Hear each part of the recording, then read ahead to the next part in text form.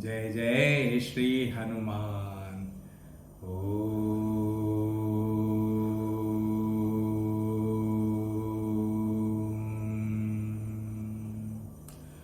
ओम श्री गणेशाय नमः। बोलो गणेश जी महाराज की जय। बोल रिद्धि सिद्धि मैया की जय। ओम श्री दादुराम सतराम दादुराम सतराम कुलदेवी ओम पार्वती रूपे कालिंदी माँ यमी यमी नमः। मेरे माता पिता को मेरा कोटि कोटि नमन। माँ तारा जो इस समय श्री राधा लोक में है, नित्य निरंतर केशव हमारे श्री कृष्ण के जाप में, भजन में, कीर्तन में वो लगी रहती हैं। और वहाँ तो ऐसा समा बंधा होता है भक्ति का, सत्संग का, कीर्तन का, कि बस डूब जाओ उसमें। इस प्रकार जब जब मैं माँ तारा के साथ कनेक्ट हो जाता हूँ, तब तब वहाँ से श्री राधा लोक से, जो 14 भुवनों में सबसे ऊपरी लोक है, उस लोक से वो भक्ति की धुन, वो रसना, वो सीधे भूलोक तक मेरे अंतकरण को छू जाती है। और देखिए, गाने में तो मैं कोई गायक नहीं हूँ, बेसुरा हूँ, लेकिन कोशिश करता हूँ कि वही धुन मेरे मुख से निकल सके। उसे रिकॉर्ड भी कर देता हूँ और हमारे सारे भक्तों के आनंद रस के लिए उसे चैनल पर डाल भी देता हूँ, ताकि जब भी आपका मन भक्तिमय हो और भक्ति भजन में डूबने का करे, तो उन भजनों को, उन भक्ति रसना को जो श्री राधा लोक से सीधा भूलोक तक आई है, उसे आप भी देखें। कभी आगे प्रभु ने साथ दिया और कोई ऐसे बढ़िया गायक मिल गए, तो इन्हीं भक्ति रस की रसनाओं को इस तरह से गवाएंगे कि उनके सुंदर कंठ से जो आवाज निकलेगी, जो रसना निकलेगी, वो तो सारे भूलोक पर गूंजेगी। बोलो श्री राधा रानी की जय। धरती लोक पर जो मेरे गुरु महाराज जी हैं, उनको मेरा कोटि कोटि नमन। बोलो जयकारा बोल मेरे श्री गुरु महाराज की जय। मेरे आध्यात्मिक गुरु मेरे हनुमान जी महाराज को मेरा कोटि कोटि नमन। सियावर रामचंद्र जी की जय। पवन सुत हनुमान जी की जय। उमापति महादेव की जय। शिव शंकर पार्वती माता की जय। बोल नंदीश्वर बाबा की जय।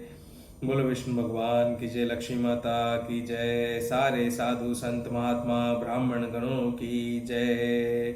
धरती मात की जय। और इस रामायण सत्संग को सुनने आए मेरे प्यारे श्रोताओं की खूब जय। सबको प्रणाम, सबको प्रणाम, सबको प्रणाम। आप श्रोता ही है जिनके कारण मैं इस रामायण सत्संग को कर पा रहा हूं। आप सब तक, आपके हृदय तक राम की रसना को पहुंचाने का भरसक प्रयास करता हूं और करता रहूंगा जीवन भर। क्योंकि यही तो मेरे जीवन का अब एकमात्र उद्देश्य बचा है। अब तक तो माँ की सेवा थी और माँ की सेवा से प्रभु ने मुझे मुक्त किया। क्यों? क्योंकि उन्हें माँ तारा के प्यार की आवश्यकता थी, इसलिए। और उन्हें वहां पर बुला लिया अपने पास श्री राधा लोक में। वे स्वयं उनकी सेवा करते हैं, उनके साथ रहते हैं और खूब प्रेम से माँ तारा वहां भजन कीर्तन अभ्यास में डूबी रहती हैं। अभी भी डूबी हैं। अभी रामायण पढ़ने को बैठने से पहले ही उनका वो भक्ति रस भरा कीर्तन अंतर मन में छू गया। कोशिश करता हूं अगर फिर कनेक्ट हो जाए और फिर वही कीर्तन आने लग जाए। आज हम शुरू करने जा रहे हैं हमारे रामायण सत्संग का 22वां एपिसोड, सीजन 1, बालकांड। प्रथम सोपान जो है श्री तुलसीदास जी लिखित श्री रामचरितमानस का प्रथम सोपान यानी first chapter is Balkand. Balkand का मतलब है the childhood stories of Shri Ram.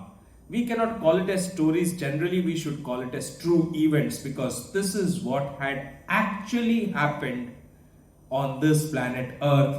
क्योंकि तभी तो पीढ़ी दर पीढ़ी, जनरेशन दर जनरेशन ये जो कथा है ये हमारे दादा परदादा और उससे भी पहले कितने ही जनरेशन्स हुए उनसे आती जा रही है और ये कथा में कोई परिवर्तन नहीं हुआ।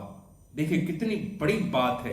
इतने centuries on centuries, lakhs of years have passed away, but still Ramayana remains Ramayana. Ramayana है ही ऐसी क्योंकि वो है मेरे राम की गाथा।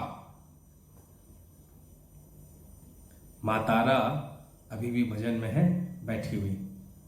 हरे कृष्णा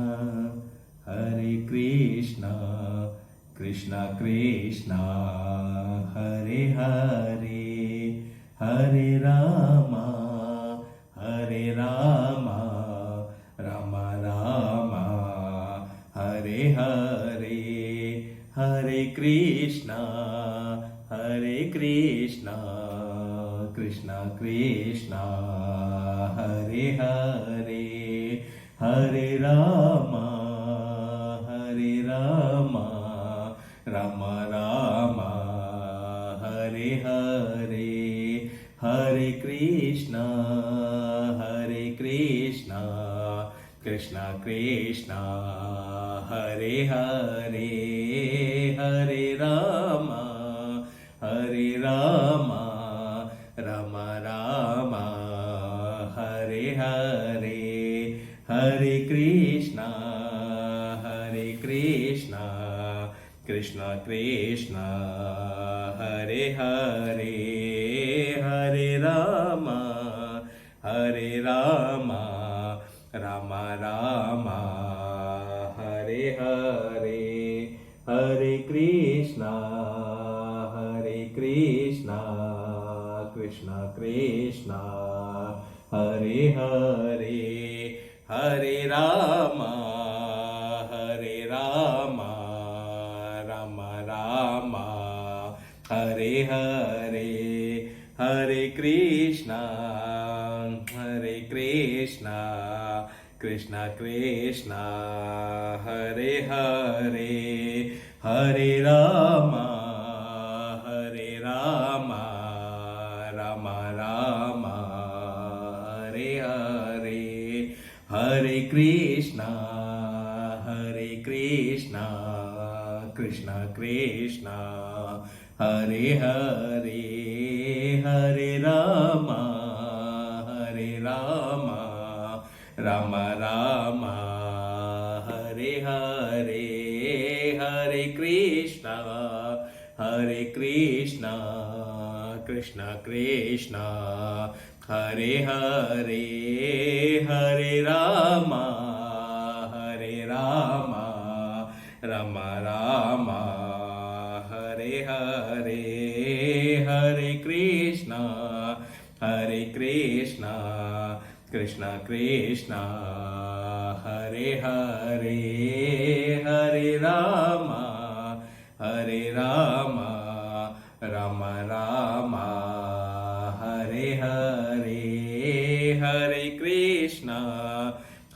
कृष्णा कृष्ण कृष्ण हरे हरे हरे राम राम राम हरे हरे हरे कृष्ण कृष्ण कृष्ण हरे हरे हरे राम राम राम हरे हरे हरे कृष्ण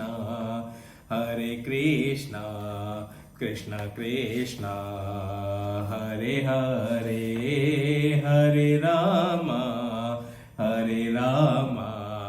राम राम हरे हरे हरे कृष्ण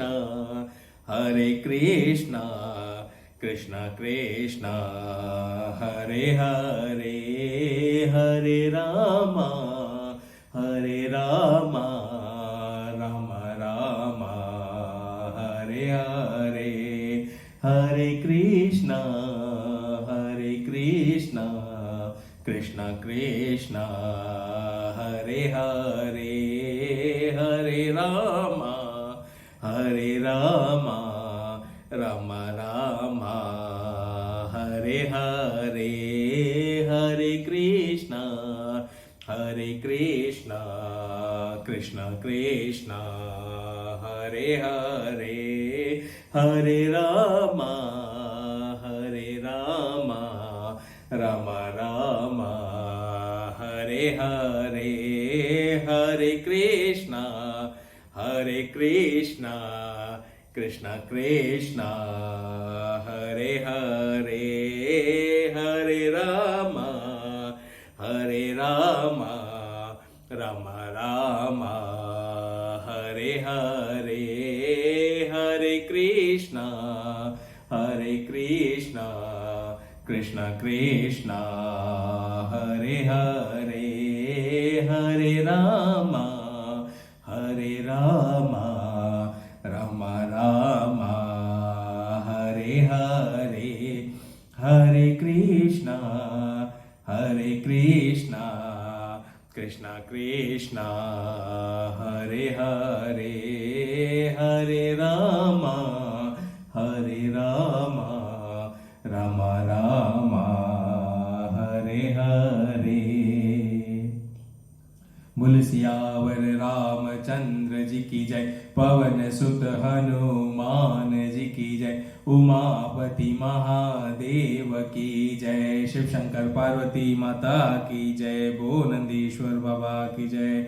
अब मैं मेरे हनुमान जी महाराज से विनती करता हूँ, उन्हें प्रणाम करते हुए उनसे रिक्वेस्ट करता हूँ कि वे आकर हम सब के हृदय पर आसन ग्रहण करें और हमारी ये जो रामायण सत्संग की झड़ी लगी हुई है, ये जो कंटिन्यू इतना लंबा सत्संग चलने वाला है, 5 वर्षों से भी ज्यादा समय तक और जीवन भर चलता रहेगा। एक खत्म होगी, दूसरी शुरू होगी, दूसरी खत्म होगी, तीसरी शुरू होगी, लेकिन ये श्रृंखला कभी नहीं थमेगी। ना हमारे जीते जी, ना हमारे मृत्यु के बाद रामायण का सत्संग जीवन भर हर समय भूलोक पर चलता रहेगा। यही हमारा लक्ष्य है, यही हमारा एम है, क्योंकि हमें राम के जीवन से सीखना है कि जीवन का मूल्य क्या होता है, जीवन को किस प्रकार जिया जाता है, जीवन जीने का मुख्य उद्देश्य क्या है, हमें संसार में प्रभु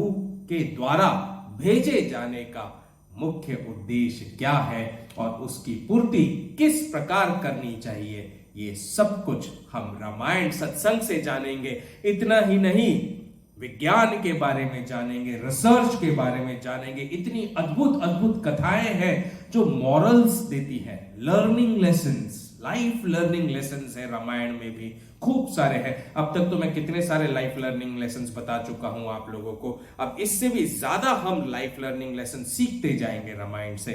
तो आज रामायण सत्संग का 22वां अध्याय हम है पेज नंबर 104, श्री रामचरितमानस तुलसीदास जी के द्वारा लिखित पेज नंबर 104 104 पर है। और आज की कथा शुरू करने से पहले एक पैराग्राफ तो पढ़ लेंगे और उसके अर्थ को भी समझेंगे, और उसके बाद मैं आपको बताऊंगा पिछले 21वें अध्याय, शायद मेरे ख्याल से मैंने 23 फरवरी के दिन रिकॉर्ड किया होगा, और आज हो रही है 28 फरवरी, रात के 1:45 बज रहे हैं, तो 28 फरवरी हो चुकी है।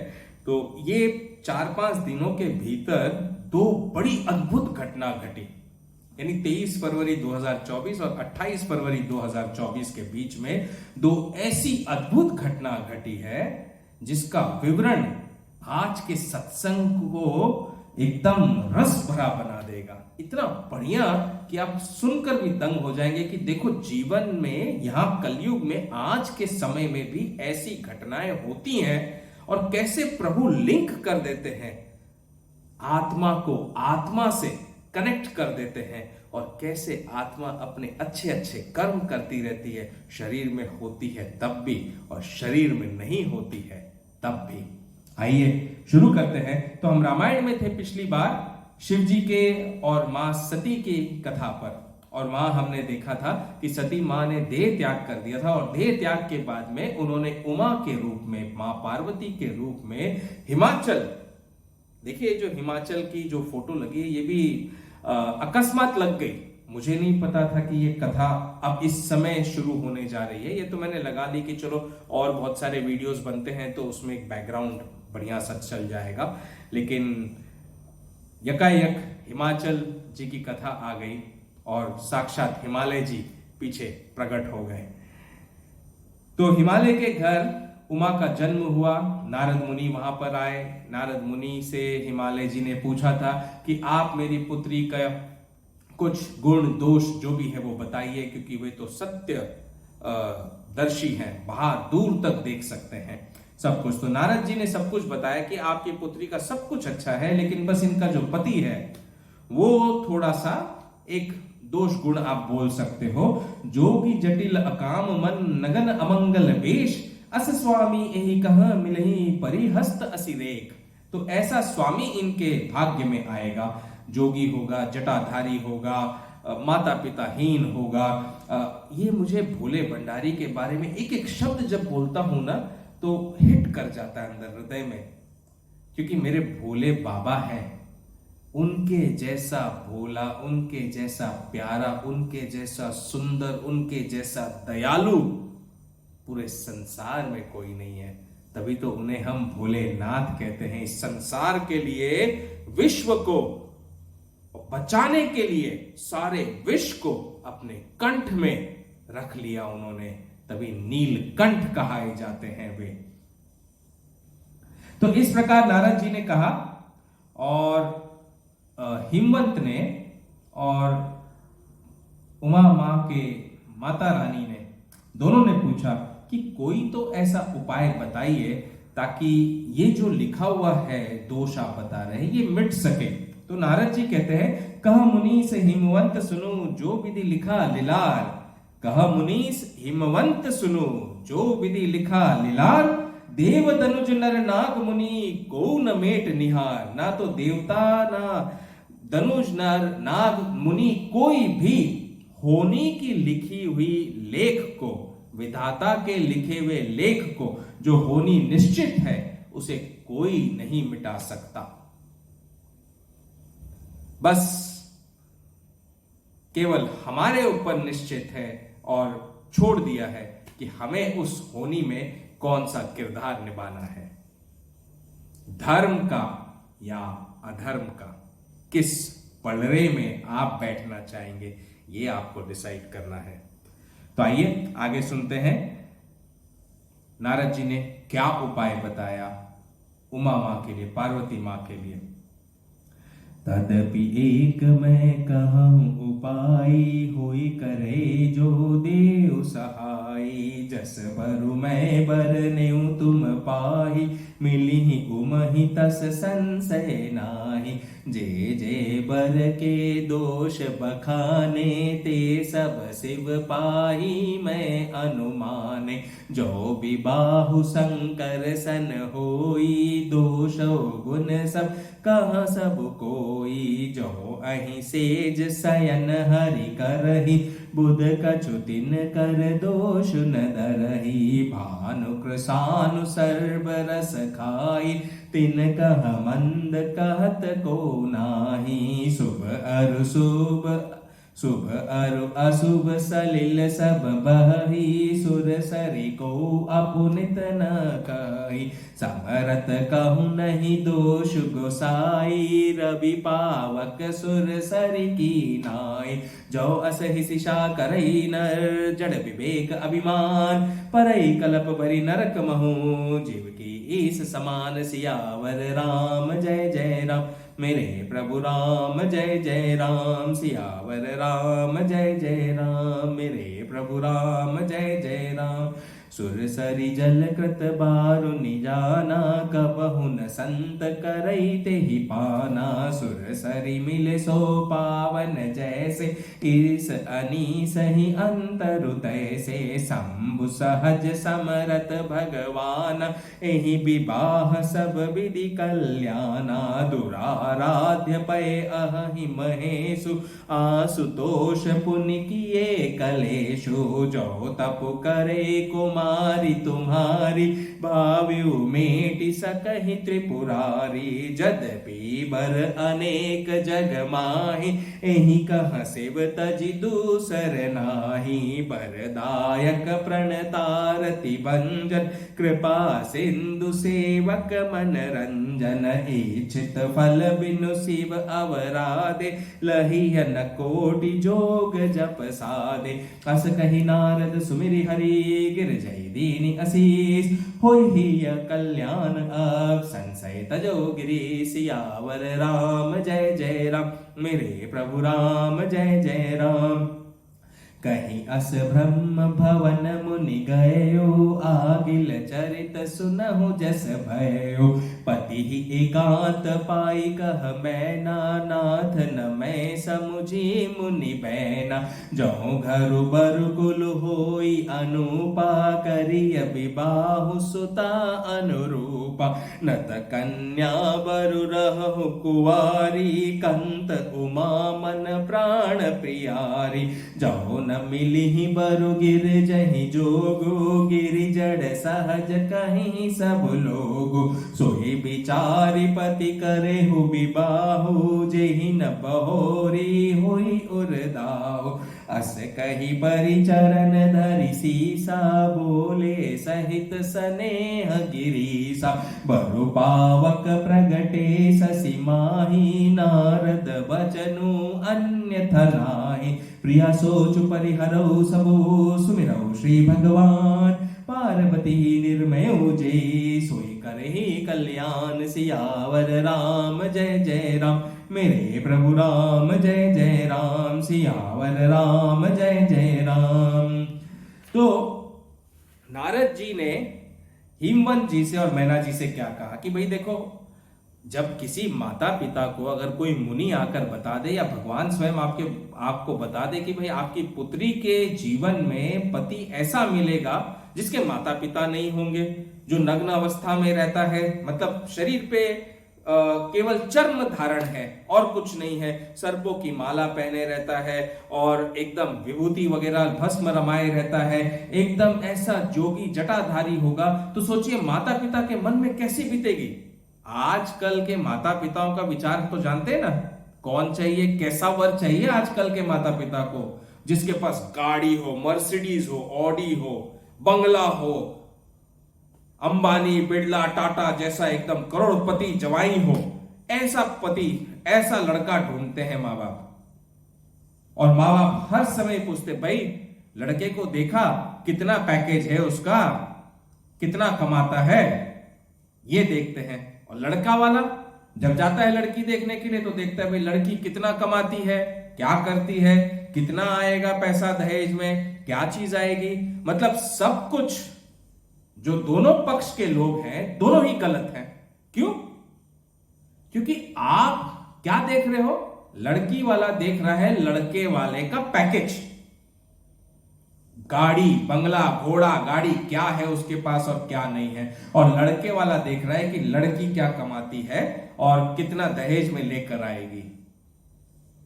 तो ये दोनों देखकर जब रिश्ते होते हैं तो क्या होगा, ज्यादा से ज्यादा डाइवोर्स रेट्स देखिए कितने बढ़ गए हैं ऑल ओवर द वर्ल्ड। बाहरी दुनिया में तो था ही, ये हमारे भारतवर्ष में भी ये जो डाइवोर्स का शब्द है ये हमारे शास्त्रों में नहीं था।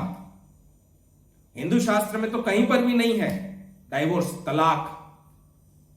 हम तो 7 फेरे लेते थे 7 जन्मों का नाता और रिश्ता निभाने के लिए।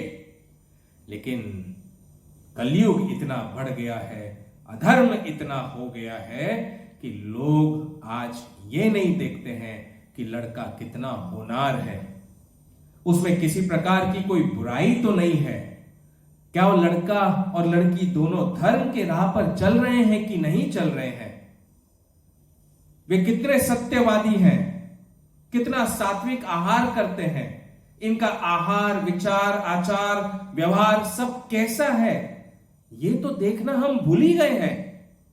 हम तो केवल देखते भाई पैकेज कितना है, पैकेज कितना है और आएगा कितना धन, बस, और कुछ नहीं देखना है। तो फिर क्या होगा, ये तो ग्रीड हो गया ना, लालच, लोभ, केवल धन के पीछे भागना, फेम के पीछे भागना, तो जीवन तो बर्बाद होना ही होना है, निश्चित है। अरे लड़का जब आप ढूंढते हो तो ये देखो, भले उसके पास में रहने के लिए छोटा सा घर ही क्यों ना हो, लेकिन वो आपकी बेटी को सर आंखों पर बैठा के रखने वाला लड़का है कि नहीं है, वो ससुराल भक्तिमय ससुराल है कि नहीं है, ज्ञान की नौका वहां बहती है कि नहीं बहती है, धर्म के मार्ग पर वे सब चलते हैं कि नहीं चलते हैं, और उनका आचार, विचार, व्यवहार कैसा है, ये देखना चाहिए, ना कि उनका पैकेज। पर संसार को कौन समझाए, यहां तो सुन रहे हैं, और सुनने के बाद में जब चले जाओगे अपने अपने घर पे तो क्या करोगे, फिर जाके वही, जब अपना समय आएगा तो वही कार्य करोगे, भूल जाओगे कि यहां कौस्तुभ मणि के रामायण सत्संग में क्या हुआ था और क्या क्या कहा था। तो इसलिए मैं कहता हूं सत्संग से जुड़े रहना और बार बार सत्संग में आते रहना और सत्संग को सुनते रहना। तो जब जहां सत्संग समाप्त होगा, बाहर जाओगे, कलयुग आप पे अटैक करेगा, माया का प्रभाव आएगा, थोड़े समय के लिए माया में डूबोगे, लेकिन फिर वापस जब आओगे सत्संग में तो फिर मैं उस माया को पकड़ कर निकाल लूंगा आपके अंतर मन से, फिर मैं उस कलयुग को खींच कर बाहर निकाल दूंगा, आपके अंतर मन में केवल राम का वास होने दूंगा, प्रभु कृष्ण का वास होने दूंगा, मेरे शिव का वास होने दूंगा। आप जिस भगवान को मानते हैं, प्रभु को जिस नाम से पूछते हैं, वो आपके हृदय में, अंतर मन में वास करेंगे, ये मेरा वादा है। और जब आप यहां से बाहर निकलेंगे सत्संग के लिए, तो बाहर निकलते समय अपने गुरु के द्वारा दिए हुए मंत्र का जाप करते हुए जाइए, और देखिए ना तो कली आपका कुछ बिगाड़ पाएगा, ना माया आपके ऊपर कोई प्रभाव रख पाएगी, और आपका जीवन भक्तिमय बनेगा, रसमय बनेगा, धर्म के मार्ग पर आप चलेंगे। धर्म यानी मजहब नहीं, फिर कहूंगा, बार बार कहूंगा, मरते दम तक कहूंगा, धर्म यानी ड्यूटी, रिस्पॉन्सिबिलिटी, आपका कर्म, आपका कर्तव्य परायणता, जो आपको आश्रम दिया है उस आश्रम की शोभा बढ़ाना, यही धर्म है। तो मैनावती को भी बहुत चिंता हो गई और उन्होंने पूछा कि भाई क्या करें। तो नारद जी ने कहा मैं एक उपाय तो बता देता हूं, आप लोगों को सुनिए। तो मैं एक उपाय कहता हूं, यदि भगवान सहायता करे तो वैसा ही हो जाएगा। जो जो अवगुण मैंने बताए पार्वती के पति में, वो सारे गुण जो है ना, वो मैं अनुमान करता हूं कि भगवान भोले भंडारी शिव में दिखाई देते हैं, और यदि पार्वती का विवाह शिव से हो गया तो ये सारे दोष गुणों में परिवर्तित हो जाएंगे। देखो कितना इंपॉर्टेंट सेंटेंस है, यदि मां पार्वती का विवाह शिव से हो गया तो सारे दोष भी गुणों में परिवर्तित हो जाएंगे।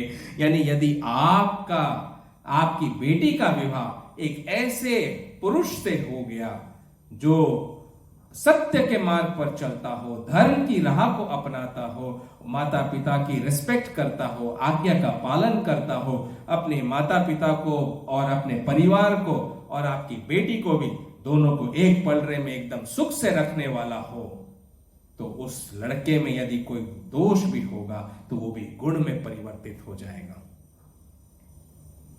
क्योंकि वो तो आपकी बेटी का मार्ग उज्जवल करेगा। और ऐसे ही बेटे के लिए अगर आप बहू देखने जा रहे हैं तो उस बहू में कितने गुण हैं वही देखने हैं, दोषों को नहीं देखना है या उसके पैकेज को नहीं देखना है।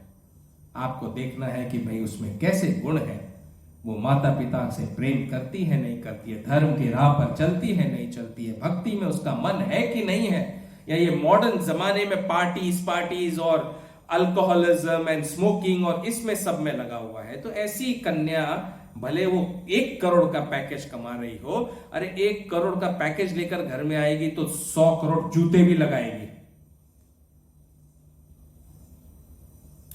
तो सबसे ज्यादा जरूरी है ये देखना कि दोनों लड़का लड़की जिनका ब्याह हो रहा है उनके गुण कैसे हैं, वो उनका आचरण कैसा है, उनका व्यवहार कैसा है। यही तो जरूरी होता है जीवन को सफल बनाने के लिए और एक अच्छा जीवन जीने के लिए। तो नारद जी ने कहा कि श्री महादेव जी के साथ विवाह अगर हो गया तो सब प्रशंसा करेंगे। जैसे कि विष्णु भगवान क्षीर सागर में शेषनाग की शैया पर शयन करते हैं तो उनको बुद्धिमान पुरुष कुछ दोष नहीं देते, सूर्य और अग्नि संपूर्ण रसों को खा जाते हैं किंतु उनको कोई बुरा नहीं कहता। जैसे शुभ और अशुभ सभी तरह का जल श्री गंगा जी में बहता है किंतु उसे कोई अपवित्र नहीं कहता, इसी प्रकार हे हिमवान, सूर्य अग्नि और गंगा जी की तरह सामर्थ्यवान को कुछ दोष नहीं लगता। जो सामर्थ्यवान होता है उसे कोई दोष नहीं लगता, परंतु जो कोई मनुष्य ऐसी ईर्ष्या करेंगे वे मूर्ख, अहंकारी और अभिमानी होकर कल्प पर्यंत नरक में पड़ेंगे, क्योंकि क्या जीव भी ईश्वर के समान हो सकता है। जिस प्रकार गंगा जल से बनी मदिरा अपवित्र है उसे संत जन कभी पान नहीं करते, परंतु गंगा जी में मिल जाने पर जिस भांति मदिरा भी पवित्र हो जाती है ऐसे ही यह जीव भी ईश्वर में मिल जाने पर ईश्वर ही हो जाता है। ईश्वर और जीव में इतना ही अंतर है। कितनी सुंदर वाणी कही है, सुरसरी जल कृत बारुनी जाना, कबहु न संत करैते ही पाना। यानी गंगा जी को लेकर यदि मदिरा बनाई जाएगी तो कोई संत पिएगा उसे। संत यानी कोई साधु मुनि नहीं होते, संत यानी हर वो व्यक्ति जो अच्छे मार्ग पर चल रहा है, सत्यवादी है और सच्चा और अच्छा उसका आचार विचार व्यवहार आहार सब कुछ सात्विक है, वो संत है। तो कोई संत मदिरा पान करेगा? अल्कोहलिज्म, मदिरा यानी अल्कोहल लेगा? नहीं लेगा। लेकिन वही अल्कोहल जब गंगा जी में फेंक दी जाती है किसी तरह से, समझिए चली गई, अगर मिल गई गंगा जी में तो पवित्र हो जाती है। परंतु गंगा जी में मिल जाने से जिस भांति मदिरा पवित्र हो जाती है, रामचरितमानस में कहा है ये, तुलसीदास जी के लिखित, ऐसे ही यह जीव भी ईश्वर में मिल जाने पर ईश्वर ही हो जाता है। तो जो जीव है, हम जब ईश्वर में मिलते हैं तो ईश्वर बन जाते हैं। ईश्वर और जीव में बस इतना सा अंतर है। भगवान श्री महादेव जी स्वभावतः समर्थ है, इस विवाह के होने से सब प्रकार से कल्याण ही है, परंतु शिवजी दुराराध्य एवं कठिन है, फिर भी क्लेश सहने से शीघ्र ही संतुष्ट हो जाया करते हैं। तो बड़े कठिन है उनको समझना, उनको ध्यान करना, लेकिन वो संतुष्ट भी बड़ी जल्दी हो जाते हैं। यदि यह आपकी कुमारी तप करे तो श्री महादेव जी भावी को भी मिटा सकते हैं। अगर आपकी कन्या मां पार्वती तप करे शिव जी के लिए और मेडिटेशन में बैठे, ध्यान में बैठे, तो महादेव जी में इतनी शक्ति है कि वो भावी लिखे हुए लेख को भी मिटा सकते हैं। यद्यपि जगत में अनेक वर विद्यमान है, किंतु इसके लिए श्री शिव जी को छोड़ दूसरा कोई वर है ही नहीं। मां पार्वती के लिए तो शिव जी ही एकमात्र वर है। ये नारद मुनि जी की वाणी है। वे वर देने वाले, भक्तों के दुख का नाश करने वाले, कृपा के समुद्र और भक्तों के मन को प्रसन्न करने वाले हैं। शिव जी की आराधना किए बिना करोड़ों प्रकार का जप और योग भी इच्छित फल नहीं दे सकता। शिव से विमुख तो कभी होना ही नहीं चाहिए। जो शिव से विमुख होगा उसे कभी कोई फल की प्राप्ति हो ही नहीं सकती है। शिव है राम के इष्ट और राम है शिव के इष्ट। दोनों एक दूसरे के पूरक हैं। यदि राम से आप प्रेम करते हैं तो शिव से तो प्रेम होना निश्चित है। शिव से प्रेम करते हैं तो राम से प्रेम होना निश्चित है। और दोनों से प्रेम जब होगा तो आपका जीवन एकदम भरपूर और कल्याणकारी ही बनेगा। ऐसा कहकर नारद जी ने भगवान श्री हरि का स्मरण करके पार्वती जी को आशीर्वाद दिया और कहा, हे गिरिराज, अब आप संशय को त्याग दीजिए, इससे इसका अर्थात पार्वती का कल्याण होगा। उन्होंने देखो कितनी अच्छे से सांत्वना दी गिरिराज जी को। ऐसा कहकर नारद जी तो ब्रह्मा के लोक को चले गए। ब्रह्मा के लोक, नारद जी तो ब्रह्मपुत्र है ना, ब्रह्मा जी के पुत्र हैं। ओके, आगे जो चरित्र हुआ उसको सुनो। चरित्र कहा जाता है, हम इसे कहानी या स्टोरी नहीं कहते, चरित्र। चरित्र क्यों कहते हैं? क्योंकि ये सत्य घटना है। ये सारी सत्य घटना हुई है। कई घटनाएं भूलोक पर होती है, कई घटनाएं ऊपरी लोकों में होती है। मैंने पहले वाले अपने एपिसोड्स में आपको बताया है डिटेल में 14 भुवनों की कहानी, है ना। धरती जो है वो 7वां लोक है, धरती के ऊपर 6 लोक है और धरती से नीचे पाताल के 7 लोक है। टोटल 14 लोकों की कहानी है ये। तो हर लोक में कहीं ना कहीं घटना होती है और ये एक ब्रह्मांड के बारे में बताया मैंने। ऐसे तो ब्रह्मांडों के ब्रह्मांड है, इतने ब्रह्मांड हैं, इतने त्रिदेव हैं। हर ब्रह्मांड में त्रिदेव है, हर ब्रह्मांड में गॉड है, हर ब्रह्मांड में भगवान है, ईश्वर है। और हर ब्रह्मांड में ये ऐसे ही 14 भुवन और भुवनों के पति हैं। That is what we call in today's state as multiverses। जब मैं कहता हूं ब्रह्मांडों के ब्रह्मांड, एक ब्रह्मांड हमारा पूरा यूनिवर्स हो और ब्रह्मांडों के ब्रह्मांड यानी मल्टीवर्सेस, उसी को वही थियरी है जो साइंस आज पढ़ रही है, समझने की कोशिश कर रही है। और मानना है साइंस का कि मल्टीवर्सेस भी हो सकते हैं, पैरेलल डायमेंशंस भी हो सकता है। जबकि हमारे शास्त्र और वेद तो इस बात की पूरी एविडेंस देते हैं कि मल्टीवर्सेस है। और शास्त्र और वेद तो देंगे ही देंगे, मैं तो आपको मल्टीवर्सेस में ले जाऊंगा अपने साथ में, पैरेलल डायमेंशंस में ट्रैवल करवाऊंगा अपने साथ में।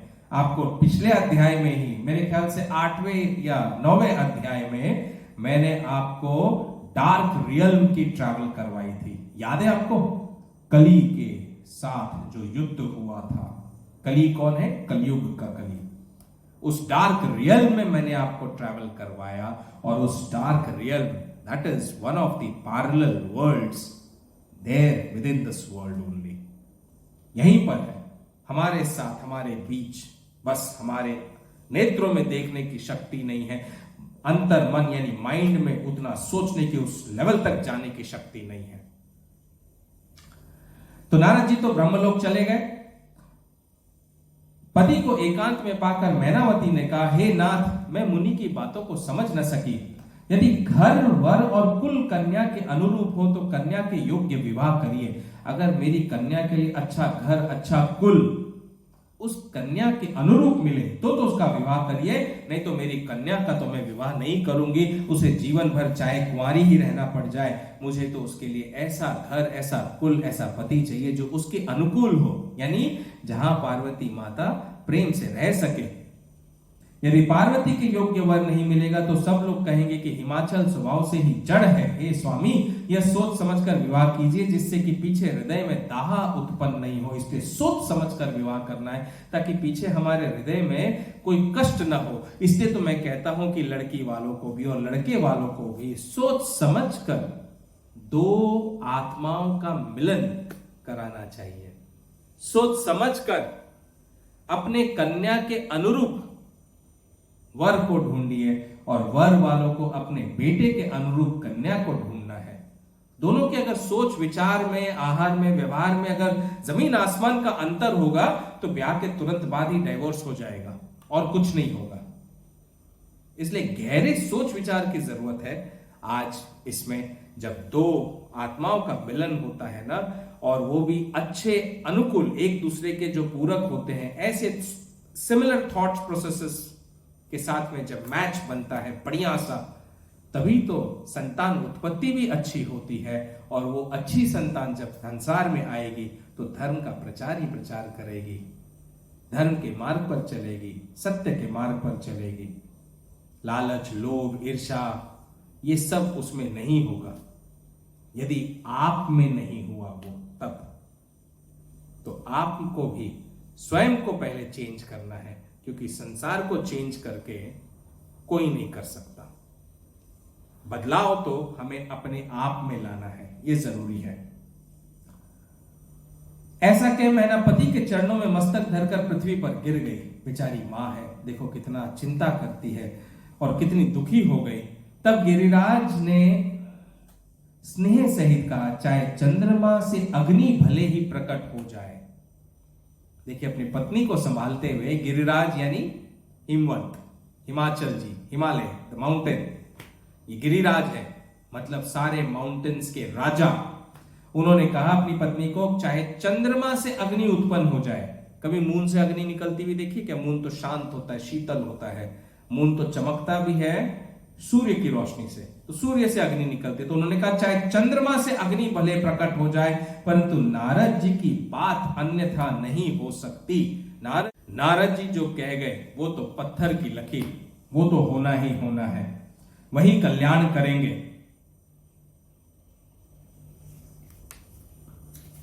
तो आगे हिमंत जी कहते हैं, अब जो तुम ही सुता परने हूं, तो अस जाय सिखावनु देहु, करे सो तपुजे ही मिल ही महेशु, आन उपाय न मिटहि कलेशु। नारद बचन सगर्भ सहेतु, सुंदर सब गुण निधि वृष केतु, अस विचारि तुम तजहु असंका, सब ही भांति शंकरु अकलंका। सुनि पति बचन हर्षि मन माहि, गई तुरत उठ गिर जा पाही। उमहि बिलोकि नयन भरे बारी, सहित स्नेह गोद बैठारी। बार ही बार लेती उर लाई, गद गद कंठ न कछु कहीं जाई। जगत मातु सर्वज्ञ भवानी, मातु सुखद बोली मृदुबानी। सुनहि मातु मैं दिख सपन सुनावऊं, तो ही सुंदर गौर सुविप्र भर। अस उपदेश मोहि सियावर राम, जय जय राम। पवन सुत हनुमान जी की जय, उमापति महादेव जी की जय। तो ऐसा कहकर हिमंत जी ने मैना जी से कहा, अब यदि तुमको अपनी कन्या पर प्रीति है तो जाकर उसको ऐसी शिक्षा दो जिससे वो जाकर तपस्या करे और शिव को ही अपने वर के रूप में प्राप्त करे, क्योंकि वही दुख मिटाने वाला है, दूसरा और कोई उपाय नहीं है। श्री नारद जी की बात रहस्य युक्त और गूढ़ होती है। श्री महादेव जी सुंदर और सब गुणों के समुद्र हैं। ऐसा मन में विचार कर तुम सारी शंकाओं को त्याग दो, क्योंकि शंकर जी सब प्रकार से निष्कलंक है। निष्कलंक यानी उनमें किसी प्रकार का कोई दोष नहीं है, वे दोष रहित है, गुणों के खान है। तब पति की बात सुनकर मैना अपने मन में आनंदित हुई और आनंद मन से तुरंत की तुरंत भागी अपनी पुत्री के पास में, पार्वती के पास चली गई। वहां पार्वती को देखते ही उनके नेत्रों में जल भर आया, क्योंकि देखो मां है, अपनी पुत्री को तो प्रेम होता ही है। एक मां और बच्चे के बीच में जो प्रेम होता है, ये प्रेम तो वे जानते हैं जो अपने माता पिता से खूब प्रेम करते हैं, उनका खूब आदर करते हैं, उनका खूब ध्यान रखते हैं। और वैसे ही वो माता पिता जानते हैं जो अपने बच्चे को सीने से लगा कर रखते हैं। देखो मां तारा का प्रेम कितना अमर प्रेम है। उनके लिए राधा लोक में रहते हुए भी, वो राधा लोक जहां किसी को इतनी आसानी से स्थान नहीं मिलता, जहां पहुंचना बड़े भाग्य की बात होती है जहां से कोई वापस जीवन मृत्यु के चक्कर में नहीं फंसता, जीवन मृत्यु के चक्कर से हमेशा हमेशा के लिए छूट जाता है। ऐसे लोक में भगवान स्वयं कृष्ण के पास पहुंचने के बाद भी उस मां को मेरी याद आती है।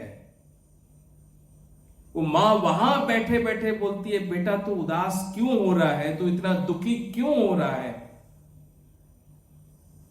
प्रभु के पास जाने के बाद में तो कैसा दुख और कैसा सुख वो सबसे बाहर हो जाता है, लेकिन मां है, मां की पुकार है, मां का प्रेम होता ही ऐसा है। तो गिरजा के आंखों में आंखें डालकर जब मैनावती देख रही थी तो इनकी आंखों में भी अश्रु आ गए, अश्रु की धारा बह गई।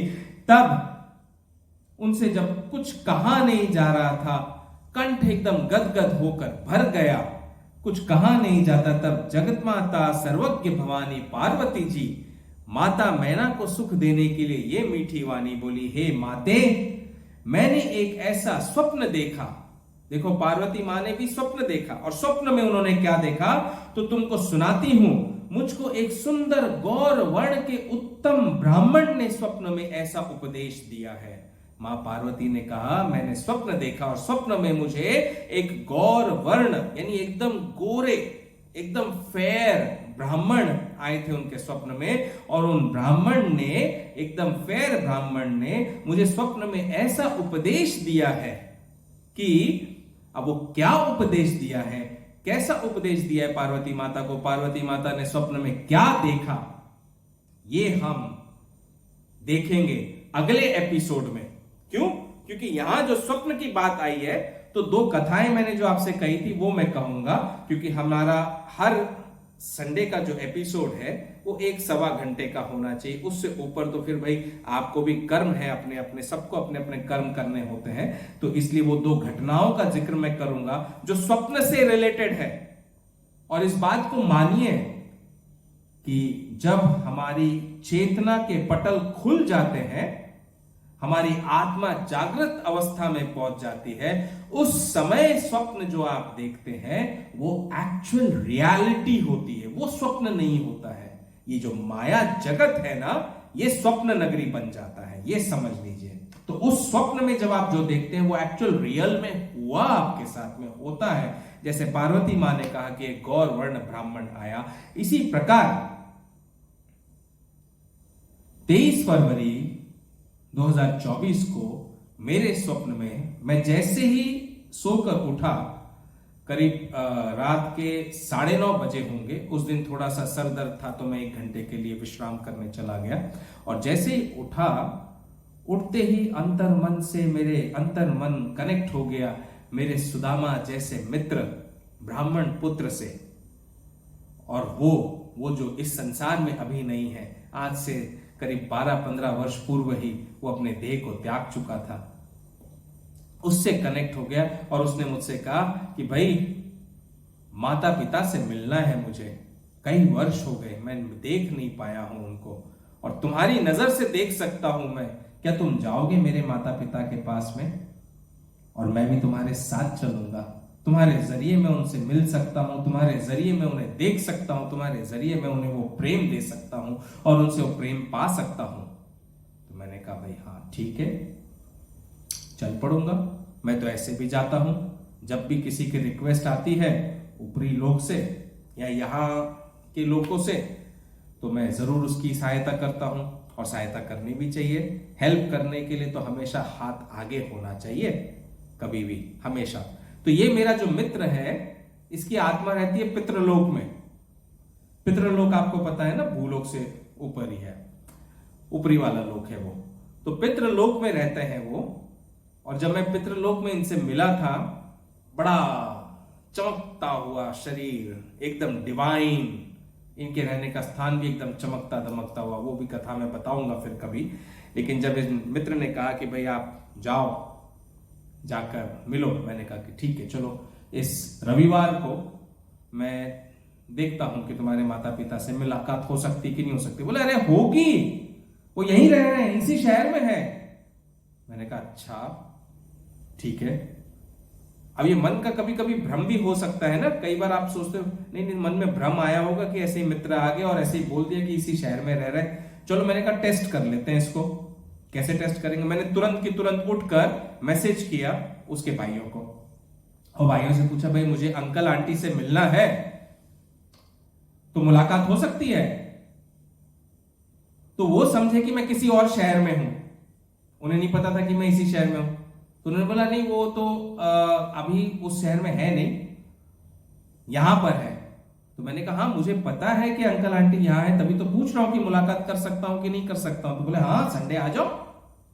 तो देखा आपने कैसे आत्मा रूपी मेरा मित्र पितृलोक से आया, मुझसे कनेक्ट हुआ और कनेक्ट होकर मुझसे रिक्वेस्ट की, मैं अपने माता पिता से मिलना चाहता हूं, तुम्हारे जरिए मिल सकता हूं। और वो इस समय इसी शहर में है। और मैंने जब टेस्ट किया एसएमएस में तो मुझे पता चल गया और उसके भाइयों ने बताया हाँ माता पिता अभी फिलहाल 10 दिन के लिए यहां पर ही आए हुए हैं, 10 दिन बाद चले जाएंगे गांव अपने, लौट जाएंगे। मैंने कहा भाई वाह, ये तो सही में कनेक्ट हुआ। स्पिरिचुअल कनेक्शन इसी को बोलते हैं। तो मैंने कहा ठीक है मैं संडे आऊंगा मिलने के लिए और साथ में तुम्हारा भाई भी आएगा। वो चौंक गए, अरे क्या बोल रहा है? हाँ तो मैंने कहा भाई डरने की बात नहीं है, वो केवल तुम सबसे मिलना चाहता है, मेरे जरिए मिल सकता है, मैं एक माध्यम हूं, मीडिया हूं मेरा आने के लिए। तो मिलकर फिर वो अपने पितृलोक में चला जाएगा, वहां खुश है, बड़े आनंद से रह रहा है। वाह, उसे कोई तकलीफ नहीं है क्योंकि तुम लोग उसके लिए बहुत कुछ कर रहे हो। उसने ही मुझे बताया, मेरे मित्र ने जो पितृलोक में है, कि मेरे भाई और मेरे माता पिता श्राद्ध पक्ष में अच्छे से श्राद्ध करते हैं मेरा, वे गरीबों में दान धर्म बहुत कुछ करते हैं। और उसने ही मुझे यह भी कहा कि मेरे माता पिता ने तो मेरे लिए बहुत सारे पाठ पूजा भी करवाई और यहां तक कि भागवत भी कराई। ये भी उसने मुझसे कहा उस दिन जब मैं मिला उससे पहली बार। और बोले उसी का परिणाम है जो मैं पितृलोक में इतने आनंद से रह रहा हूं, मुझे किसी प्रकार की कोई कमी नहीं रहती। यहां पर मेरा घर भी हमेशा 24 घंटे रोशन रहता है। तो जब आप अपने अपनों के लिए यहां पर पितर पक्ष में श्राद्ध पक्ष में उन्हें ब्राह्मणों को भोजन कराते हैं, दान देते हैं, जो भी आप कर्म करते हैं अच्छे, ये सारे कर्मों का फल जो है आपके अपने को ऊपर पितृलोक में अपने आप मिलता है। उसी का प्रभाव है, वो एनर्जी ट्रांसफर है। देखिए साइंस भी कहता है ना, energy can neither be created nor be destroyed, it can be only converted from one form to another. Now when science says कि energy can neither be created nor be destroyed, it can be converted from one form to another. Heat energy light energy में convert हो जाती है, light energy electrical energy में convert हो जाती है। तो अगर हीट लाइट में और लाइट इलेक्ट्रिसिटी में कन्वर्ट हो सकती है, तो यहां पितर भूलोक में आप जब कोई भी दान धर्म कर्म करते हैं किसी अपनों के लिए, वो पितृलोक में वो एनर्जी कन्वर्ट होकर उनको उसका फल कैसे नहीं मिल सकता है? That is what is science and this is what science is. Energy gets transferred from one form to another form. आप देखते हो क्या कैसे कन्वर्जन होता है? नहीं ना, ऐसे यहां पर भी दिखाई नहीं देता, वो तो महसूस हो जाता है, अपने आप पता चल जाता है कि उनको कहां मिला। और मैं गया हूं पितृलोक में, पितृलोक में कई बार चक्कर लगाए हैं मैंने और देखा है ऐसे ऐसे पितरों को भी जिनके घरों में अंधकार है, क्योंकि उनके घर में कोई दीपक चासने वाला नहीं है, कोई उनको भोजन नहीं कराता है, तो भूख से तड़पते हैं। ये आपके ही कर्म होते हैं।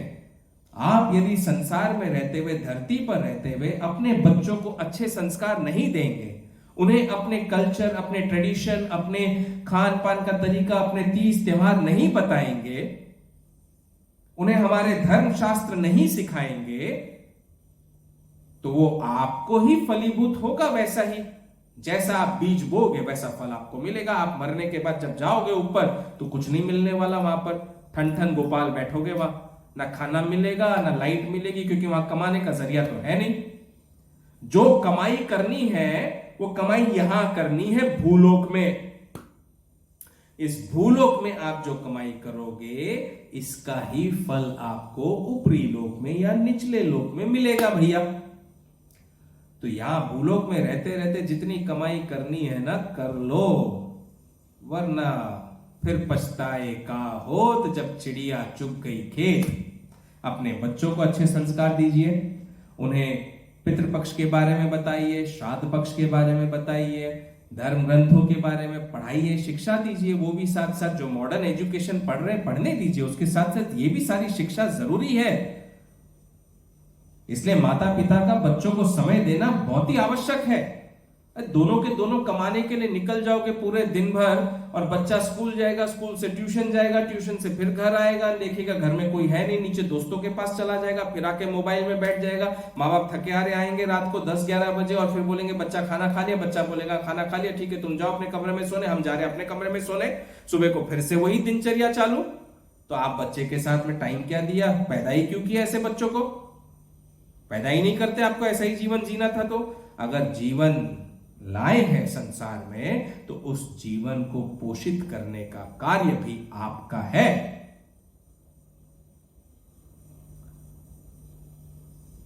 खैर, तो मैंने मेरे मित्र से कहा संडे को मैं ले जाऊंगा तुम्हें, और संडे हम चलेंगे तुम्हारे माता पिता के घर में। मुझे भी मिले हुए करीब करीब 15 वर्ष हो गए, मैं नहीं गया हूं 15-20 वर्षों से मिलने, ना तुम्हारे माता पिता से ना भाइयों से, अपने दूसरे कार्य में और दूर हो गया उनसे, तो मेरी भी मुलाकात हो जाएगी। तो बोला ठीक है। तो हमने कहा ठीक है। अब उसी रात को उसी आई थिंक उस रात को नहीं, शायद अगले दिन क्या हुआ, शनिवार का दिन था, मैं ऐसे ही मोबाइल में जब वीडियो एडिटिंग वगैरह कर रहा था, तो हमारे प्रेमानंद महाराज जी है ना, साक्षात कृष्ण है, साक्षात कृष्ण। प्रेमानंद जी साक्षात कृष्ण का रूप है। उनके मुख से जो वाणी निकलती है, आहा, अमृत वाणी, अमृत रस है उनके मुख में। जो सत्य वाणी निकलती है, क्योंकि सत्य के राह पर चलने वाले, धर्म की राह पर चलने वाले ऐसे महापुरुष सदियों सदियों में नहीं मिल पाते। आप कोई भी प्रश्न कर लीजिए उनसे, उन प्रश्नों का जो उत्तर आपको मिलेगा वो अति उत्तम, अंतर मन तक ना ऐसी रसना भर देगा प्रेम की कि आप सोचोगे आहा, कहां मैं प्रभु के सामने बैठा हूं। तो उस दिन प्रेमानंद महाराज जी का एक वीडियो मेरे सामने आ गया, जिसमें हमारे भारत के काफी सारे सैनिक उनके पास आए थे मिलने के लिए उनसे। वो वीडियो का कुछ एक अंश है जो मैं आपको सुनाता हूं, आप सुनिए उसको अभी। हमें कब लाडली जी का सेवा करने का मौका मिलेगा? हम भी सुबह शाम कीर्तन करना चाहते हैं। मतलब हमारे जो भी सैनिक बैठे हैं इनकी, मतलब हमें एक बात बताओ, क्या भारत माता मेरी लाडली नहीं है क्या? जी लाडली। देखो, दो रखोगे तो फिर परेशानी आ जाएगी, फिर रुचि नहीं रह जाएगी, फिर आपको ये लगेगा कि ये सेवा छूटे और मैं भी सुबह शाम मंजीरा लेकर, ऐसा लगेगा। ये तुम्हारे लिए ठीक नहीं, ये हमारे लिए। हम एक राष्ट्र के खंबे हैं, सब अलग अलग जगह लगे हुए हैं, उसी से हमारा राष्ट्र है। हम कहीं तपस्या के द्वारा, कीर्तन के द्वारा संभाल रहे हैं, तो कहीं आप व्यायाम, नाना प्रकार की क्रियाओं से शरीर को पुष्ट करके और राष्ट्र सेवा में लगे। आप उसको गौड़ मत समझिए, आप इसको, हमारे इस कर्तव्य को आप देख रहे हैं, लेकिन आप अपने कर्तव्य को नहीं देख रहे। हम एक ही पिता के पुत्र हैं, हमें अलग अलग सेवा मिली, हमारी ये सेवा है, आपकी ये सेवा है। और जब हम दोनों अपनी अपनी सेवाओं को करके पिता के सामने खड़े होंगे, वो दोनों को गले लगाएगा। आप सच्ची मानिए, इसमें ऐसा नहीं है। भगवान ने इसीलिए अर्जुन जी को गीता जी का उपदेश दिया है, ये तो सर्वाणि कर्माणि मयि सन्न्यस्य मत्पराः। ध्यान दीजिएगा, अनन्ये नैव योगेन माम ध्यायन्त उपासते यत् करोषि। जो तुम कर्म कर रहे हो वो सर्वाणि, वो सब मेरे को अर्पित कर दो। ये तो सर्वाणि कर्माणि मयि सन्न्यस्य मत्पराः। हे प्रभु, आपने मुझे राष्ट्र सेवा में सैनिक पद दिया है, इसलिए जितना बनता है हम आपका स्मरण करते हैं। जितनी सावधानी से हमें जीना है वो उतना जी रहे, पर ये सारी सेवा आपके लिए है। आप ही हमारे राष्ट्र हो, आप ही हमारी वीरता हो। नाथ, आप देख लीजिएगा, निश्चित भगवत प्राप्ति हो जाएगी। निश्चित भगवत प्राप्ति इसलिए कठिन मानी जाती है कि हम लोग सही रास्ते पे नहीं चलते। जैसे हमको बिहारी जी जाना है, इधर है, और हम छठी कला की तरफ दौड़ लगा दें तो हम दूरी बना रहे हैं ना, नजदीक तो नहीं हो रहे। ऐसे ही यदि हम अपने कर्तव्य का पालन नहीं कर रहे हैं और उसको त्याग कर हम सोचते हैं कि इस मार्ग से भगवान मिल जाएंगे, तो पक्का समझ लो वो ऐसे ही दूरी बनती चली जाएगी जैसे बिहारी जी जा रहा है और छठी कला की तरफ दौड़ पड़े। आपका कर्तव्य आपके लिए पूजा है, नाम जपने के लिए कहीं कोई बाधा नहीं। हम राधा राधा कृष्ण कृष्ण अंदर से नाम जप। अब मतलब सुबह आपको कोई आदेश हो गया, अब आप सोचो कि मैं नहा धो करके माला लेकर रोज करते नहीं, आपका ये नियम नहीं। आप बंदूक उठाइए, आप अपने कार्य में जाइए, राधा राधा राधा राधा, और अपने सूरवीर की तरह अपने कर्तव्य का पालन। ये बाद में सोचना, मंजीरा बजाना, कीर्तन करना, माला चलाना, नाम जप आदि का ये जो बाहरी स्वरूप है, ये बाद में सोचना। अभी आपका स्वरूप है कि आपके हृदय में तेज हो और दिमाग में शत्रु पक्ष को परास्त करने के विचार हो, और नाम जब चल रहा है, हाथ में अस्त्र है, कदम कदम पर हम अपने कर्तव्य के लिए प्राण न्यौछावर कर रहे हैं। ये तप नहीं तो और क्या है? अब समझिएगा, ये तप है। ऐसा थोड़ी होता कि किसी भी कर्तव्य कर्म को आराम से किया जाता हो। कर्तव्य कर्म कभी सुखपूर्वक होता ही नहीं। कर्तव्य कर्म कष्ट पूर्वक किया जाता है, हर कष्ट सह करके। तो ये हमारी पूजा है, ये आपकी पूजा है, बराबर दोनों को फल मिलेगा। इस बात को समझ लीजिए। हाँ, आपका कर्तव्य हम नहीं कर सकते, हमारा कर्तव्य आप नहीं कर सकते। आप अपने कर्तव्य पे रहते हुए राधा राधा बोले, हम अपने कर्तव्य पे रहते हुए राधा राधा, दोनों को फल बराबर मिलेगा। इस बात पे विश्वास। और कोई संशय? इन राज सेन को कुछ प्रसादी वस्त्र दीजिए श्री जी का, सबको जो जो भी हो सबको दे। और ये जो सखिया है ना, इनको भी प्रसाद दे दीजिए, सबको प्रसादी दे दो। ये जब गिरिराज जी के आते हैं जन, तो ये प्रसादी लाते हैं। तो देखा प्रेमानंद महाराज जी ने क्या कहा कि सैनिक को सैनिक का कर्म करना है, गुरु को गुरु का कर्म करना है, अपना धर्म निभाना है। एक शिक्षक होता है, उसे शिक्षक का कर्म धर्म करना है। तो मेरे भी मन में विचार आ गया, भाई मैं भी तो शिक्षक हूं, तो मुझे भी बच्चों को पढ़ाना चाहिए। जो मैं करता हूं, दिन भर बच्चों को पढ़ाता हूं, अच्छे पढ़ाई कराता हूं, साथ साथ अच्छी बातें भी करते हैं हम। तो ऐसे बातों के जरिए बच्चे बहुत कुछ सीख जाते हैं, अच्छी बातें सीखते हैं मेरे साथ में रहकर। मुझे भी आनंद आता है उनके साथ में रहकर। लेकिन बाकी का जो समय होता है मेरा, वो एंटरटेनमेंट में वेस्ट नहीं करता हूं। परिवार सब सो गया, सोने के बाद में अब मेरा जो एंटरटेनमेंट का टाइम है, वो एंटरटेनमेंट एक ही है कि अपने जरिए जो मेरे प्रभु कृष्ण की आज्ञा है, वो कृष्ण की आज्ञा का पालन कर रहा हूं। तो उस रात को मेरे मन में बहुत अंतर मन में उथल पुथल हो गई। मन देखो ऐसा चंचल होता है ना, चंचल घोड़े की तरह इधर उधर भागता है, बड़ा भागता है। लेकिन अगर आपका चित्त एकाग्र हो चुका है परमात्मा में, तो वो मन के घोड़ों को पकड़कर फिर वापस सही राह के ऊपर ले आता है। और जब चित्त सही राह पर ले आता है, तो आपको भटकना तो होना ही नहीं है पॉसिबल। और प्रभु अगर आपके साथ हो, तब तो बात ही क्या है भाई, आप भटक सकते ही नहीं, जरा भी नहीं भटक सकते। तो उस रात को मैं करीब 3:45 बजे सो गया, और 3:45 बजे सोते ही 4 बजे अचानक से मैं एक डार्क वर्ल्ड में पहुंच गया। अब उसको डार्क वर्ल्ड यानी डार्क रियल नहीं बोल सकते हैं। डार्क वर्ल्ड यानी वो जो स्थान जहां मैं पहुंचा, बड़ा ओपन ग्राउंड था, अंधेरा था, रात का समय था, और लाखों पब्लिक वहां बैठी हुई थी, काफी सारी भीड़ उस ग्राउंड में। और वो पब्लिक भी बैठी कैसी थी, 4 डायरेक्शंस में 4 ग्रुप बनाकर बैठे हुए थे, ईस्ट वेस्ट नॉर्थ साउथ, ऐसे 4 डायरेक्शन में 4 ग्रुप में बैठे हुए थे। वहां पर लाइट्स, जो इलेक्ट्रिक वाली लाइट होती वो नहीं थी, दीपों से मशालों से रोशनी हो रखी थी वहां पर चारों तरफ। और हर एक डायरेक्शन में जो ग्रुप बैठा हुआ था, उसके आगे माइक रखा हुआ था, माइक के सामने रामचरितमानस रखी हुई थी। अब मैं सोच में पड़ गया ये, और मैं एक ग्रुप में बैठा हुआ हूं, मतलब मैं एक ग्रुप में बैठा हूं, सामने माइक है, मेरे सामने रामचरितमानस। अब देखो प्रभु की लीला कैसी होती है, मन को भटकने नहीं देते हैं, और मन में अगर दुविधा हुई, उत्पन्न क्वेश्चंस आए, उस क्वेश्चन को लेकर आप सो गए तो उसका आंसर तुरंत मिलता है। तो मैं बैठा हूं रामचरितमानस के सामने, और देखकर मैं दंग रह गया। लेकिन इलेक्ट्रिसिटी लाइट कहीं दिखाई नहीं दे रही थी। तो मैं अपने ग्रुप में उठा, और उठकर मैंने कहा, सबसे चलिए रामायण पढ़ते हैं।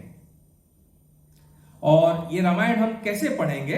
देखो रामायण के श्लोक होते हैं ना, तो मैंने कहा ईस्ट यानी पूरब में जो बैठे हुए लोग हैं वो वहां से जो कपल बैठा है वहां पर जोड़े में बैठे थे, सब हस्बैंड वाइफ ऐसे जोड़ी बैठी हुई थी। चारों दिशाओं में जो ग्रुप था वो हस्बैंड वाइफ का ग्रुप था। ध्यान से सुनना इस सपनों को, क्योंकि इसमें बहुत गूढ़ रहस्य छुपे हुए हैं। तो जोड़े जोड़े से बैठे हुए थे, तो मैंने कहा था ईस्ट में जो जोड़े बैठे थे, मैंने कहा आप रामायण शुरू करिए। तो पहला जो पूरा श्लोक का पैराग्राफ है और दोहे पे आकर रुकता है रामचरितमानस, जिस दोहे पे आप आकर रुकेंगे उसके आगे का पैराग्राफ सेकंड वाला ग्रुप पढ़ेगा। ये क्लॉकवाइज डायरेक्शन में जाएगा। तो सब बोले हाँ ठीक है। तो वहां से रामायण शुरू हुई।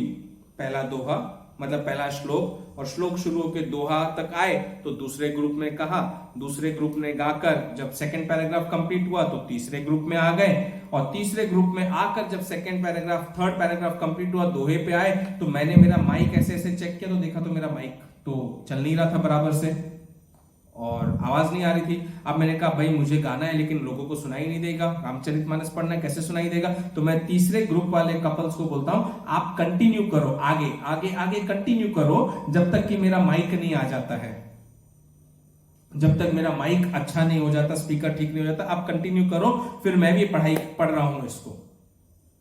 और उतने में ही देखता हूं तो मेरे भाई आ गए माइक लेकर नया, और जैसे ही वो नया माइक लेकर आए तो मेरा राउंड आ गया और मैंने भी गाया रामायण सत्संग को।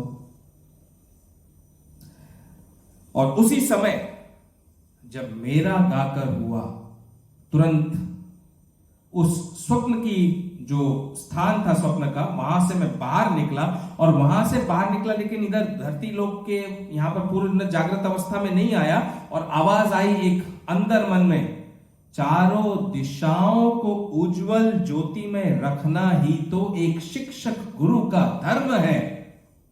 देखो आवाज क्या आई, प्रभु की आवाज थी ये, आसमान से, जिसे आप गॉड बोलते हैं, अल्लाह बोलते हैं, भगवान बोलते हैं, जो नाम से आप पुकारे उनकी आवाज आई, चारों दिशाओं को उज्जवल और ज्योतिमय रखना ही तो एक शिक्षक गुरु का धर्म और कर्म है।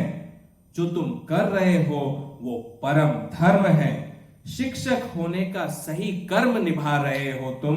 जीवों को जागृत करना, उनकी चेतना के पटल को खोलना, ये एक शिक्षक का कर्म है और धर्म भी है। चारों दिशाओं में सही ज्ञान पहुंचना आवश्यक है। इसलिए 4 जगह आपको रामायण ऐसे करते जाना है और भूलोक की चारों दिशाओं में धर्म का प्रसार करना है, ज्ञान का प्रसार करना है, धर्म क्या होता है यह सिखाना है। तुरंत उठा मैं, देखा समय तो 5 बज रहे थे। ये घटना जो हुई वो तो हुई आपको हिसाब से 15 मिनट की, यहां तो 5 बज गए, लेकिन समय बहुत लगा वहां। और रामायण के जो श्लोक गाए गए, अरे वाह वाह वाह वाह, क्या आनंद आ गया। लेकिन इसमें 2-4 बातें हैं जो गौर करने लायक है। नंबर 1, मेरे प्रभु ने बहुत क्लियर कर दिया कि रामचरितमानस का जो सत्संग मैं कर रहा हूं और ये जो रूप मैंने अब लिया है संसार के लिए, संसार में ज्ञान का, धर्म का, कर्म का प्रचार करने के लिए, लोगों को सही मार्ग पर लाने के लिए, बच्चों को सही राह दिखाने के लिए, ये एकदम उत्तम और सत्य मार्ग है। क्योंकि उन्होंने कहा चारों दिशाओं को उज्जवल और ज्योतिमय रखना ही तो एक शिक्षक और गुरु का धर्म और कर्म है। एक गुरु का ही कर्म और धर्म है जो जीवों को जागृत करे, उनकी चेतना के पटल खोले, उन्हें सही मार्ग दिखाए, सत्य मार्ग पर चलाए। ये गुरु का धर्म और कर्म है। ये मेरे भगवान ने कहा और मैं तुरंत उठ गया। और मेरे मन के अंदर का जो प्रश्न था वो प्रश्न तो एकदम क्लियर, कौन? और मैं फिर आ गया रामचरितमानस में रामायण पढ़ने के लिए। तो देखा कितना अद्भुत घटना थी ये और कितनी विचारणीय इसमें शक्ति थी। ये प्रभु ने इस स्वप्न में जो दो चार इंपॉर्टेंट बातें हैं ना, एक अंधकार, दीपों की रोशनी से हल्का हल्का प्रज्वलित था लेकिन अंधकार था। क्यों दिखाया? क्योंकि अंधकार में पड़ा जो संसार है, अंधकार में पड़ा जो जीव का दिमाग है, अंधकार में पड़ा जो अंतर्मन की चेतना है, वो रामचरितमानस पढ़कर उसे उज्ज्वलित करना है। इसलिए अंधकार। चारों दिशाओं में जोड़े से बैठे हुए थे कपल्स। उसका अर्थ क्या है? जोड़ा। Why husband wife, husband wife, husband wife? क्योंकि पुरुष और प्रकृति ये दोनों मिलकर ही संसार में धर्म की स्थापना कर सकते हैं। और पुरुष और प्रकृति को साथ में मिलकर अपने बच्चों को भी अच्छे संस्कार देने हैं, समय देना है, ताकि बच्चे सही मार्ग पर चले, इतना सुसाइड कर करके अपने प्राणों की आहुति नहीं दे दे, भटक नहीं जाए अपने मार्ग से, ड्रग्स लेने के लिए, अल्कोहल लेने के लिए, स्मोकिंग करने के लिए। उन बच्चों को सही मार्ग दिखाना दोनों माता पिता, पुरुष और प्रकृति का कर्म और धर्म है। उसे निभाओ। नहीं निभाओगे तो अपने बच्चों को खो दोगे, और बच्चों को खो दोगे तो अपने जीवन को खो दोगे। तो ये भी भगवान ने स्वप्न में बताया कि चारों दिशाओं में ये प्रकृति और पुरुष का कर्म और धर्म है जो निभाना है, और चारों दिशाओं में धर्म और कर्म का प्रचार करना है। ये हर शिक्षक को करना है, जिसकी शुरुआत मैंने तो कर ली है। अब आप कब करेंगे? अब आप सोचिए। अपने अपने स्तर पर आपको शिक्षक यदि हैं तो अपने क्लास में, अपने स्कूल में, अपने क्लासेस में, वहां आपको बच्चों को अच्छा ज्ञान देना है। लेकिन ज्ञान देने से पहले स्वयं उस ज्ञान पर चलिए, तब आप ज्ञान देने योग्य हैं। स्वयं नहीं चलेंगे और ज्ञान देने बैठेंगे, ये तो कोई नहीं मानेगा।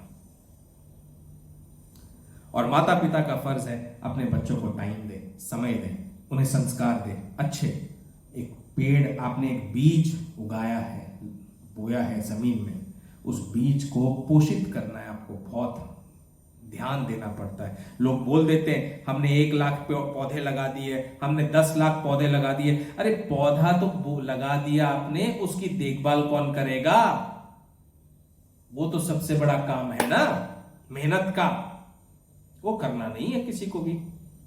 बस बीज लगाकर पौधे उगने दो, अपने आप उग जाएंगे, अपने आप बड़े हो जाएंगे। तो कैसा फल देंगे भाई आपको? आधे से ज्यादा पौधे तो उगने से पहले ही खत्म हो जाएंगे, मर जाएंगे। इस संसार की उष्णता को, मतलब इतनी जो गर्मी है, धूप है, ताप है, इसको सहन ही नहीं कर पाएंगे। संजो के उस पौधे को उगाना होगा। ऐसे अपने बच्चों का ध्यान देना है आपको। तो चलिए, आज का जो रामायण सत्संग है, इसमें जो दूसरी घटना हुई थी, वो दूसरी घटना मैं आपको अगले एपिसोड में बताऊंगा, क्योंकि आज तो समय ज्यादा हो गया है। तो हम रामायण को यहीं पर विश्राम देंगे। जो दूसरी घटना हुई, वो दूसरी घटना मेरे मित्र के साथ, जो पितृलोक में है, उसकी आत्मा के साथ में कैसे उसके घर गया, और उसके घर जाकर कैसे उसके माता पिता से, भाइयों से, सबसे बच्चों से मिला, और उधर क्या क्या घटना घटी, वो मेरे अंदर था, साथ साथ मेरे चल रहा था। और वहां क्या क्या घटना घटी, कैसे वो अपने माता पिता से, पितृलोक से आया ब्राह्मण पुत्र, मेरा मित्र सुदामा का रूपी, वो जब भूलोक पर आया तो अपने माता पिता से कैसे मिला, क्या किया, कैसे बात की, ये सब अगले एपिसोड में हम देखेंगे। और पार्वती माता को भी स्वप्न में जो गौर वर्ण के ऋषि आए थे, उन्होंने भी क्या उपदेश दिया स्वप्न में, वो भी हम अगले एपिसोड में देखेंगे। तब तक के लिए आइए रामायण को यहाँ पर विश्राम देते हैं। श्री राम जय राम जय जय राम, श्री राम जय राम जय जय राम, बोलो श्री राम जय जय राम, श्री राम जय जय राम। श्री राम जय राम जय जय राम श्री राम जय राम जय जय राम मेरे श्री राम जय जय राम श्री राम जय जय राम। बोलो जयकारा बोल मेरे श्री गुरु महाराज की जय, बोल साचे दरबार की जय, सियावर रामचंद्र भगवान की जय, पवन सुत हनुमान जी की जय, उमापति महादेव की जय, शिव शंकर पार्वती माता की जय, वो नंदीश्वर बाबा की जय। बोल श्री दादुराम सतराम, बोलो पार्वती रूपे कालिंदी माँ यमी यमी नमः। मेरी माँ तारा और पिताश्री को कोटि कोटि नमन, सभी श्रोताओं को कोटि कोटि नमन, साधु संत महात्मा गुरुजनों को मेरा कोटि कोटि नमन। कोई भी भूल चूक हुई हो मुझसे रामायण का आज सत्संग करने में तो उसके लिए मैं क्षमस्व हूँ। अपनी बुद्धि के अनुसार मुझे प्रभु जैसी बुद्धि देते हैं और मेरी माँ राधा लोक में बैठे बैठे जैसे रामायण पढ़ रही हैं, जैसे सुन रही हैं, वैसी रामायण की कथा मैं यहाँ आपके समक्ष कह रहा हूँ। इसमें फिर भी अगर कोई भूल हो गई हो मुझसे तो मैं उसके लिए क्षमस्व हूँ। और आप राम के नाम को याद करते रहिए, राम के नाम में डूबे रहिए। श्री राम जय जय राम, श्री राम जय जय राम, जय श्री राम। हनुमान जी महाराज से अब निवेदन करते हैं वे हमारे हृदय में ही विश्राम करें अगले कथा तक। जय श्री राम, जय श्री राम।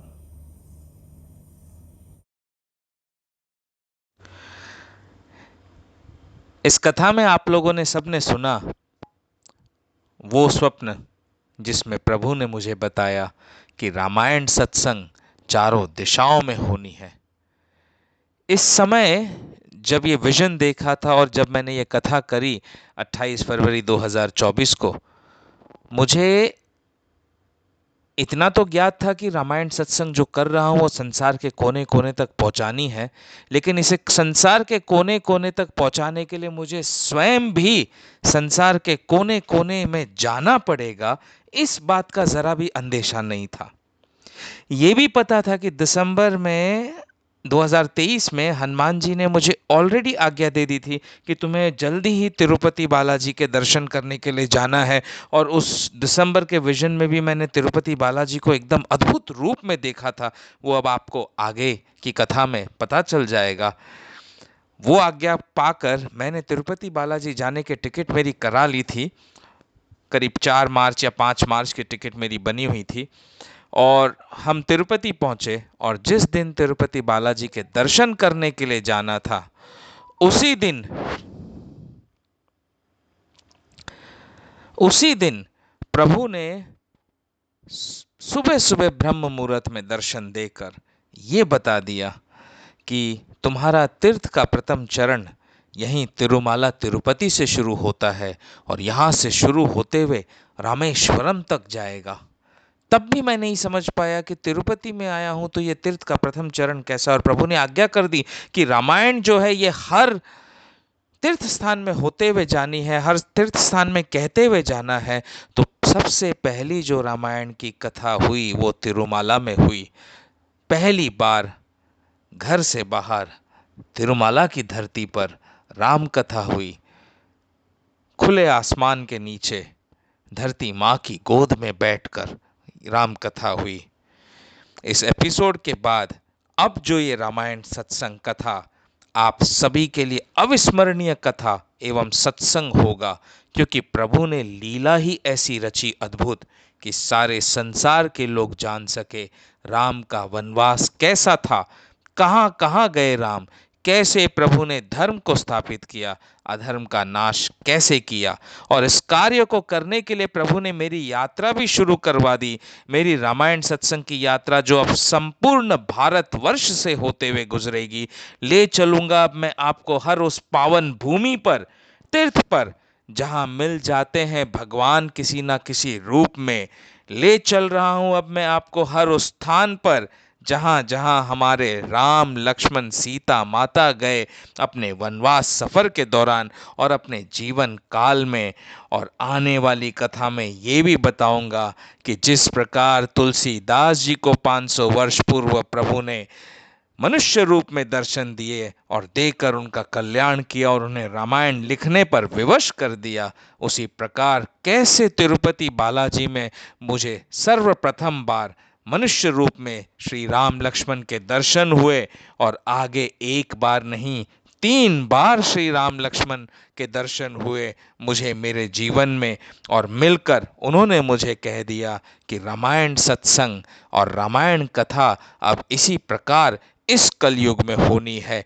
500 वर्ष बाद रामायण का रूप रेखा तुम्हें इसी प्रकार भक्तों तक पहुंचाना है, लेकिन उसे पहुंचाने के लिए तुम्हें भी संसार में यात्रा करनी पड़ेगी।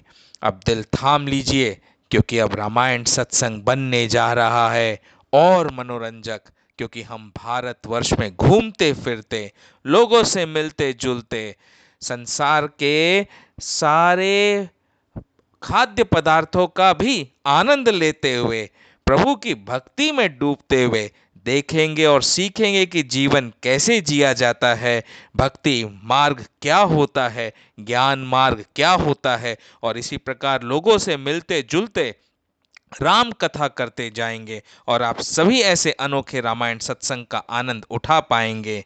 अगली कथा के लिए मैं आपको ले चल रहा हूँ तिरुमाला तिरुपति बालाजी के दर्शन के लिए। जय श्री राम, जय जय श्री राम।